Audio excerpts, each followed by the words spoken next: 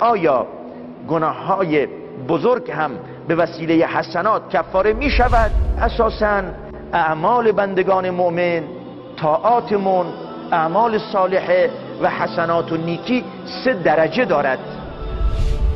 کارهای خوبی که ما انجام میدیم 3 درجه داره. یه درجه است که ممکنه طاعت و بندگی و حسنات در حدی نباشن که حتی گناههای کوچک رو جبران بکنن. این اون اخلاص، اون تقوا، اون ارکان، اون شرایط درش نیست. لذا ممکنه یه وقتی انسان نماز 5 وقت بخونه و مشکل داشته باشه و خودش نیاز به کفاره داشته باشه.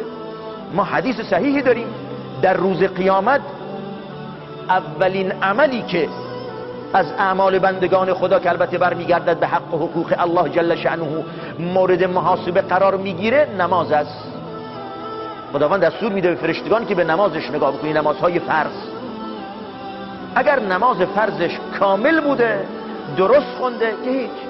اگر درست نخونده، کامل نبوده، نقص داشته، کوتاهی درش کرده، پروردگار میفرمایند نگاه بکنید این بنده خدا سنت ها خونده یا نه. اگر نمازهای سنت داره جبران بکنید. نمازهای سنتش جبران کننده کم و کاست هایی باشه که در نماز فرض بوده. بعد به همین صورت همه واجبات بررسی میشه. زکات، آیا زکات داده یا نه، درست داده یا نه. اگر کم و کاستی تو پرداخت زکات بوده، پروردگار میفرمایند آیا صدقات مستحب داشته یا نه که جبران بکنه. روزه اش به همین صورت، روزه های سنت که جبران بکند کم و کاست های روزه فرض، و به همین صورت حج او و همه واجبات به همین صورت بررسی می شود.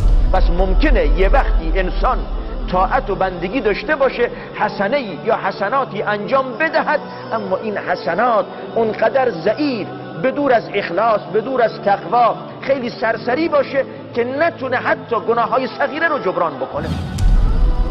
این یه درجه دیگه حسنات و خوبی ها و اعمال صالحی هستند که گناه های کوچک رو کفاره می کند.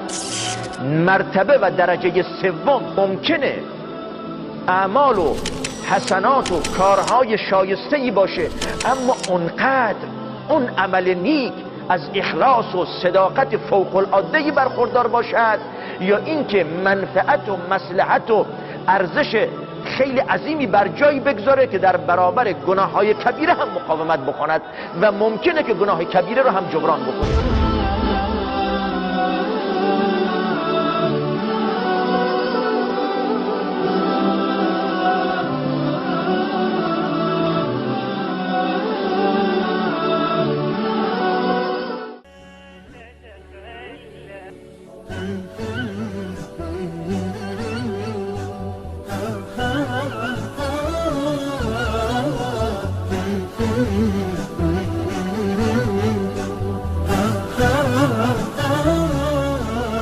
الحكمة ضالة المؤمن